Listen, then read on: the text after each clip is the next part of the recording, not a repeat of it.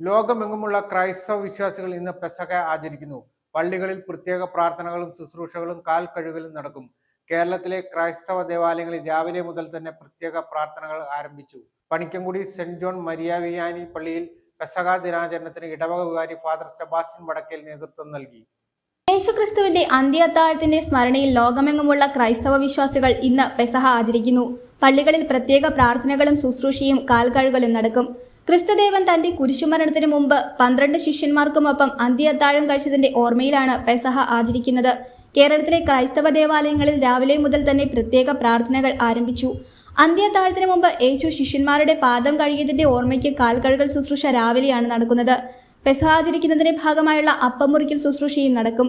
Panikkankudi saint John Maria Vianney പള്ളിയിൽ നടന്ന പെസഹ ദിനാചരണത്തിന് ഇടവക വികാരി ഫാദർ സെബാസ്റ്റ്യൻ വടക്കേൽ നേതൃത്വം നൽകി.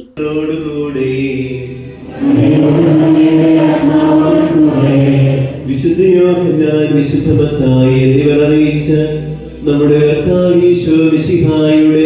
പരിശുദ്ധ സുവിശേഷം ഈ ലോകം വിട്ട് പിതാവിന്റെ സന്നിധിയിലേക്ക് പോകാനുള്ള സമയമായി എന്ന് പെസഹ തിരുനാളിന് മുമ്പ് യേശു അറിഞ്ഞു. ലോകത്തിൽ തനിക്ക് സ്വന്തമായുള്ളവരെ അവൻ സ്നേഹിച്ചു. News bureau, Panikkankudi.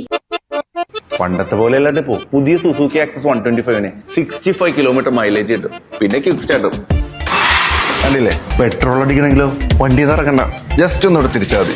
മൊത്തത്തിലൊരു പ്രീമിയം ലുക്കില്ലേ. ഹെഡ് ലാമ്പും LED ടൈൽ ലാമ്പും അവൾ എന്തായാലും സർപ്രൈസ് ആവും. കയറ്റമൊക്കെ നല്ല പുഷ്പം പോലെ കയറും. നല്ല പുള്ളിങ്ങാ.